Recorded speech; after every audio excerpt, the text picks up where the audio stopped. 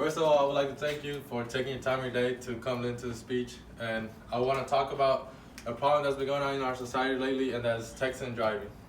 According to the National Safety Council, there have been 1.6 million accidents caused by texting and driving this year. That means 1 out of 4 accidents on the road are caused by texting and driving. That means any of you could be involved in an accident because of texting and driving.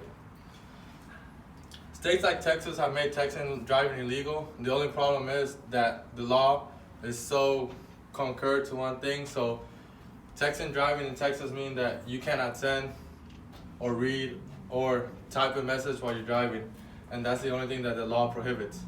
So it doesn't prohibit you from listening to music, playing an app on your phone, watching a video, or even making a cell phone call, which can also distract you while you drive. Another problem with this law is that a cop, if he pulls you over, it's really hard for him to tell you if, how can he know if you were texting and driving if you weren't changing your music or doing something with the radio. So it makes it really hard on an officer to give you a ticket for texting and driving when he can't really prove it unless he was inside the car with you. So it makes a loophole in the law, and instead of making the problem less effective, it makes it harder, because it makes it harder for the cop to prove that you were doing something illegal. The thing is, in order to solve this, I don't believe we should make it illegal. I mean, that's a good thing to make texting and driving illegal, but there's other solutions to this problem. I mean, you can make your car, or you can enforce manufacturers to have more hands-free.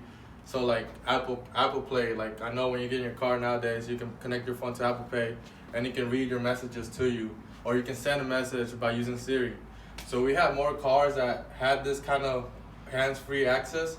It could cause less of a distraction for drivers, especially young drivers, because as you can tell now, a lot of young people like to be on their cell phones. You see everybody texting. And it's kind of scary now that if you look down on the side of the road, you can spot somebody on their phone, somebody on their texting or making a cell phone call. And I mean, it's illegal, but it's one of those things, like, just because it's illegal doesn't mean people don't stop doing it. So yeah, I mean, just because we make the law illegal, it's not gonna stop us from doing it. And that's why I feel that if we can maybe reach out to the younger generation, which is the one that's kind of more hands-on with their cell phones, if we can maybe teach it in schools, or we can even enforce apps, because there's a bunch of apps that when you download the app, you can put it on car mode or where you're driving, and it won't allow you to receive messages, phone calls, or any type of distraction while you're driving. And you can turn it on and turn it off when you get in the car and when you get off. So I feel like the state focus more on that rather than just making it totally legal. It would beneficiate everybody in the community better, because it would help solve the problem, not create more of a problem. Because when you're making it illegal, now people are worried about getting caught. And not just that, if you get caught, it's a $200 fine, or the first offense is a $100 fine, but anybody can pay that. The second offense is a $200 fine, which people would still pay. So in a way, it's not solving the problem, it's creating more problems, not just for the cops, but for the drivers. I'm not saying that we should text and drive. All I'm saying is we should educate our peers, our community better about texting and driving, because a lot of people don't know the dangers of it. Half the people don't even know that there was a law that made it illegal last year. So if you were caught on the road sending a message, like, you could go to jail for it. But that's why I'm here. I'm trying to make it so that people are more involved in this, and that people know that texting and driving is illegal. But just because it's illegal, it doesn't mean that people aren't still doing it, or that crashes aren't still happening.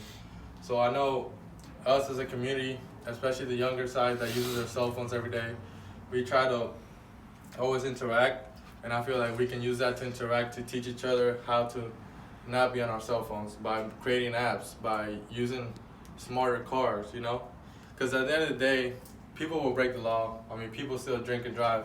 People still buy alcohol illegally.